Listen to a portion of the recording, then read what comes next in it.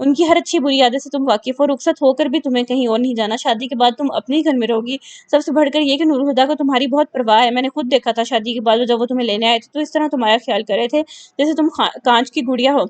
اور وجدان کیا ہے؟ صرف LLB تو کیا ہے، ابھی تو اسے اپنا کیریئر بنانا ہے، اسٹیٹس اچھا ہے، مگر نور الہدا کی طرح کروڑوں کا مالک تو نہیں، پرسنالٹی ٹھیک ٹھاک ہی ہے مگر نور الہدا کی طرح ڈیشنگ نہیں، وجدان کہیں بھی نور الہدا کے سامنے نہیں ٹکتا، اس میں ہے ہی کیا جو نور الہدا کے سامنے ٹک پائے؟ ملیحہ نے سمیرہ کو دیکھا اور تھکی تھکی سی آواز میں کہا، اس میں کیا ہے سمیرہ؟ مجھے نہیں معلوم، مگر جس پل وہ میرے ساتھ ہوتا ہے لگتا ہے یہی زندگی ہے۔ اس کے لہجے میں کوئی تو بات ایسی تھی کہ سمیرہ نے گھبرا کر اس کا چہرہ اپنے ہاتھوں میں بھر لیا۔ ملیحہ یہ بس کچھ دن کی تکلیف ہے، صبر سے جھیل لو، پھر دیکھنا نور الہدا کبھی تمہیں تکلیف نہیں ہونے دیں گے، وہ تمہیں خوش رکھیں گے۔ وہ حاجی سے بولی، میں جانتی ہوں سمیرہ، وہ مجھے خوش رکھیں گے، بھلا یہ کیسے ہو سکتا ہے کہ میں حاجی بھائی کے ساتھ خوش نہ رہوں مگر زندہ نہیں رہوں گی؟ ملیحہ تمہیں کیا ہو گیا؟ تم کیوں پاگلوں جیسی باتیں کر رہی ہو؟ سمیرہ نے اسے شانوں سے پکڑ کے جھنجھوڑ دیا اور ملیحہ ایک دم ہی پھوٹ کر رو پڑی۔ سمیرہ نے اس کے آنسو پوچھتے ہوئے نرمی سے کہا، اس طرح خود کو تکانے کا کیا فائدہ؟ سنبھالو خود کو اور جو ہو رہا ہے ہو جانے دو۔ وہ ضیاء سے بولی، ہو تو جانے دوں، پر جب میں خود کو اس کے بغیر سوچتی ہوں تو میرا دم گھٹتا ہے۔ ملیحہ پلیز، سمیرہ نے اسے روکنا چاہا مگر وہ خوابناک لہجے میں دھیرے دھیرے بولتی ہی رہی، جانتی ہو جب وہ مجھے دیکھتا ہے تو میری روح تک اس کے اختیار میں چلی جاتی ہے، اس کی زبان سے نکلا ہر لفظ میرے دل پر وحی کی طرح اترتا ہے، میرا تو دھیان اس کی ذات سے نہیں ہٹتا، میری نظر کسی اور کی طرف کیسے جائے گی؟ وہ مجھ سے مانگتا تو میں انکار کر دیتی، پر اس نے مجھ سے چھین لیا ہے، میں تو خود اپنی بھی نہیں رہی، کسی اور کی کیسے ہو جاؤں؟ لیکن بابا نہیں سمجھتے، میں مر جاؤں گی سمیرہ، میں سچ مچ مر جاؤں گی۔ وہ تڑپ تڑپ کر رو دی، یوں کہ اسے گلے سے لگا کر چپ کراتی سمیرہ خود بھی رو پڑی تھی۔ اسے نے اپنے آنسو صاف کیے، پھر اس کے چہرے سے آنسو صاف کرتے ہوئے بولی، ٹھیک ہے۔ وہ بیڈ سے اٹھی اور ملیحہ کو بھی ہاتھ پکڑ کر اپنے ساتھ اٹھاتے ہوئے بولی، اٹھو اور چلو میرے ساتھ، مجھے پتا ہے محبت کرنا اور پھر چھوڑ دینا دونوں ہی باتیں تمہارے لیے آسان نہیں، میں ابو اور چاچو سب کو بتا دیتی ہوں، ابو تو یوں بھی وجدان کو بیٹا مانتے ہیں، وہ ضرور پھوپھا جان کو منا لیں گے، اور بالفرض نہیں منا بھی سکے تو تم پر ان کا بہت حق ہے، فریال پھپھو کی موت سے تمہارے رشتے تو نہیں مر جاتے نا؟ مگر وہ اپنی جگہ سے ہلی بھی نہیں اور اپنا ہاتھ چھڑاتی اس نے تعصب بھری نگاہ سمیرہ پر ڈال کر کہا، بابا جان نے اس لیے تو مجھے پال پوس کر بڑا نہیں کیا تھا کہ میں انہیں اکیلا چھوڑ کر چلی جاؤں۔ پھر وہ قطعیت سے بولی، میں کہیں نہیں جاؤں گی، نہ کسی اور سے مدد مانگ کر بابا جان کو شرمندہ کروں گی، یہ باپ بیٹی کا معاملہ، اگر میں خود انہیں منا سکی تو ٹھیک، ورنہ وہ جو کہیں گے وہی کروں گی، تو بس اتنا کر دو کہ بابا جان سے مجھے ساتھ لے جانے کی اجازت لے لو، میرا وجدان سے ملنا بہت ضروری ہے، لیکن مجھے لگ رہا ہے بابا جان مجھے اکیلے جانے کی اجازت نہیں دیں گے، جس طرح ایک رات انہوں نے میری شادی کرنے کا فیصلہ کیا ہے، اس سے تو یہ ظاہر ہوتا ہے کہ ابو نے مجھ پر اعتماد نہیں رہا۔ وہ آخر میں ازردہ سی ہو گئی تھی۔ سمیرہ نے الجھ کر کہا، تم کیا کرنا چاہتی ہو؟ وجدان کو بابا جان کے سامنے لا کر کھڑا کرنا چاہتی ہوں؟ مجھے یقین ہے بابا جان اگر ایک بار بھی اسے مل لیں گے تو میرا ہاتھ اس کے ہاتھ میں دینے پر کوئی اعتراض نہیں ہوگا۔ کچھ تو وجدان میں ایسا ہے کہ ایک بار جس سے مل لے اس کے دل میں اتر جاتا ہے۔ وہ بہت یقین سے کہہ رہی تھی، ٹھیک ہے، میں پھوپھا جان سے اجازت لے کر آتی ہوں، تب تک تم ذرا کپڑے بدل کر اپنا حلیہ ٹھیک کر لو، سمیرہ نے کہا، اور پھر اٹھ کر بابا جان کے پاس آ گئی جو اس وقت اسٹڈی میں موجود تھے۔ حالانکہ وہ سوچ کر آئی تھی کہ ان سے کیا کہنا ہے، پھر بھی بری طرح گھبرا رہی تھی۔ بابا جان کی شخصیت ایسی تھی کہ سامنے والا خواہ ہی نروس ہو جائے، اور سمیرہ ان کے پاس تو نروس ہونے کی وجہ بھی نہیں تھی۔ السلام علیکم پھوپھا جان، اس نے جھک نکل کر سلام کیا۔ ٹیبل کی دوسری طرف بیٹھے بابا جان نے اپنے سامنے کھلا زمینوں کے حساب کتاب کا رجسٹر بند کیا، سمیرہ کو اپنی زیر ایک نگاہوں کی گرفت میں لے کر بولے، وعلیکم السلام بیٹھو بیٹا۔ سمیرہ کرسی پر ٹک گئی تو انہوں نے کہا، کیسی ہو اور گھر میں سب خیریت ہے؟ جی پھوپھا جان، اللہ کا شکر ہے۔ پھر انہوں نے تو اتنی صبح اس کی آمد پر کوئی سوال نہیں کیا تھا مگر وہ خود ہی بتانے لگی، 8 بجے ملیحہ کا فون آ گیا تھا، کہنے لگی جلدی سے گھر آ جاؤ، یہاں آ کر اس کی شادی کا پتہ چلا تو میں نے سوچا آپ کو مبارکباد دے دوں۔ تمہیں بھی مبارکباد ہو، خیر مبارک، لیکن پھوپھا جان شادی کی تیاری بھی تو کرنی ہے، دن بھی تو کتنے تھوڑے ہیں، ملیحہ نے فون پر بتا دیا ہوتا تو میں امی اور چچی جان کو بھی ساتھ لے کے آتی، اب سوچ رہی ہوں کہ آج ہی اسے اپنے ساتھ شاپنگ پر لے جاتی ہوں، کل امی آئیں گی تو باقی کی شاپنگ ان کے ساتھ کر لے گی، ٹھیک ہے؟ وہ اسے گہری نظروں سے کھوج رہے تھے اور سمیرہ کی تیلیاں تک پسینے سے بھیگ گئی۔ تو میں ملیحہ کو اپنے ساتھ لے جاؤں؟ اس نے پوچھا، ہاں لے جاؤ، اور ڈرائیور کو ساتھ لے جانا، میں بھی کسی سے کہہ کر گاڑی تیار کروا دیتا ہوں۔ جی پھوپھا جان۔ وہ سعادت مندی سے گردن ہلا کر اٹھی اور جانے لگی۔ سمیرہ، بابا جان نے اسے آواز دی، جی پھوپھا جان۔ وہ ایک دم ڈر کر پلٹی، خریداری کے لیے پیسوں کی ضرورت پڑتی ہے بیٹا، انہوں نے کہا، پھر دراز میں سے ہزار کے نوٹوں کی 2 موٹی گڈیاں نکال کر ٹیبل پر رکھ دی۔ سمیرہ نے آگے آ کر وہ گڈیاں اٹھا لیں، پر خیال رہے شام 7 بجے سے پہلے تم دونوں گھر پہنچ جاؤ۔ شام کو ملیحہ نور الہدا کی منگنی کی تقریب ہے، میں نے افتخار سے فون پر بات کر لی ہے، وہ سب لوگوں کو شام کو لے کر یہاں آ جائے گا۔ سمیرہ کا جی چاہا سامنے والی دیوار پر جا کر زور سے سر مارے مگر جب نے مسکرا کر اللہ حافظ کہتی وہ مڑ گئی۔ اس کے جانے کے بعد بابا جان نے ریسیور اٹھایا اور کوئی نمبر ڈائل کرنے لگے۔ ملیحہ کے کمرے میں آ کر سمیرہ نے سانس چھوڑتے ہوئے خود کو ریلیکس کیا، پھر ملیحہ کو دیکھا جس نے اس کے کہنے کے باوجود کپڑے نہیں بدلے تھے اور ابھی تک اس جارجٹ کی بلیک ساڑی میں تھی، بس اتنا تھا کہ اس نے اوپر سے میرون شال اوڑھی تھی، البتہ منہ ہاتھ دھو کر بال بنا لیے تھے۔ سمیرہ نے اسے غنیمت سمجھا۔ جب وہ گاڑی میں بیٹھ چکی تو سمیرا نے اسے اطلاع دی، شام کو تمہاری منگنی ہے، پھپھا جان سب رشتہ داروں کو فون کر کے بتا چکے ہیں، مجھ سے بھی کہا ہے کہ شام 7 بجے تک تمہیں گھر لے کر آ جاؤں۔ ملیحہ نے کوئی جواب نہیں دیا اور کھڑکی سے باہر دیکھنے لگی۔ کار قصر فاروقی سے نکل کر مین روڈ پر آ گئی تھی۔ اس روڈ پر آگے جا کر ایک ذیلی سڑک تھی، لائبریری اسی سڑک پر واقع تھی۔ مین روڈ پر آتے ہی وہ لوگ ٹریفک جام میں پھنس گئے۔ سمیرا نے ڈرائیور سے کہا، ذرا جا کر معلوم تو کرو ٹریفک کیوں رکا ہوا ہے۔ ڈرائیور جی اچھا کہہ کر اتر گیا۔ کچھ دیر بعد ہی وہ واپس آ گیا۔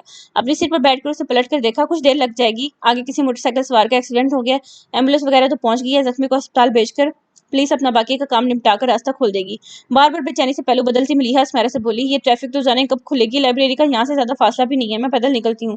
ٹھیک ہے، سمیرا نے اختلاف نہیں کیا تھا۔ پھر ملیحہ نے ڈرائیور کی طرف رخ کیا، تم سمیرا کو چھوڑ کر گھر واپس چلے جانا، میں خود ہی آ جاؤں گی۔ اور کار سے اتر کر گاڑیوں کے بیچ میں سے گزرتی فٹ پاتھ پر آ گئی۔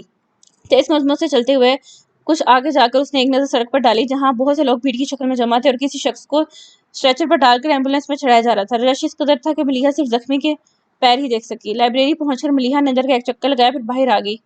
اسے وجدان کہیں نظر نہیں آیا۔ ابھی 10 بجنے میں بھی تو آدھا گھنٹہ باقی ہے۔ اس نے خود کو تسلی دی اور وہیں سینے پر بیٹھ کر انتظار کرنے لگی، پر اس کا انتظار ہی رہا۔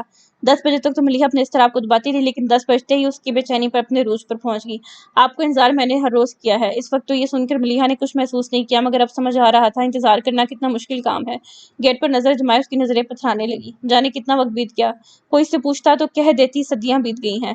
گیٹ پر کھڑا واچ مین اور آتے جاتے لوگ اسے عجیب سی نظروں سے دیکھ رہے تھے۔ پھر وہ سب کچھ فراموش کیے بس وجدان کے آنے کی دعا مانگتی رہی۔ 5 بجتے ہی جب وہ بے چین سی اٹھ کھڑی ہوئی، لائبریری کی دوسری جانب ایک جنرل اسٹور تھا۔ ملیحہ سڑک کراس کرتی اس میں گھس گئی۔ ہیلو، چوتھی بیل پر فون ریسیو کیا گیا۔ سمد آواز پہچان کر ملیحہ کے ہونٹ بے آواز کھلے۔ اس وقت وہ سمیرا کے علاوہ کسی سے بات نہیں کرنا چاہتی تھی۔ سمیرا کو بلا دیں، اس نے جلدی سے کہا تو اسے ہولڈ کرنے کو کہا۔ ہیلو، کچھ دیر بعد ایئر پیس پر سمیرا کی آواز ابھری۔ سمیرا، اتنا بولنے میں ہی ملیحہ کا گلا رند گیا تھا اسے ڈر سے کہ وہ رو نہ پڑے۔ ملیحہ خاموش ہو گئی۔ سمیرا اس کی آواز پر حیران اور پھر خاموشی پر پریشان ہو اٹھی۔ ملیحہ، یہ تم ہو؟ خاموش کیوں ہوگی؟ پلیز بتاؤ، سب ٹھیک تو ہے؟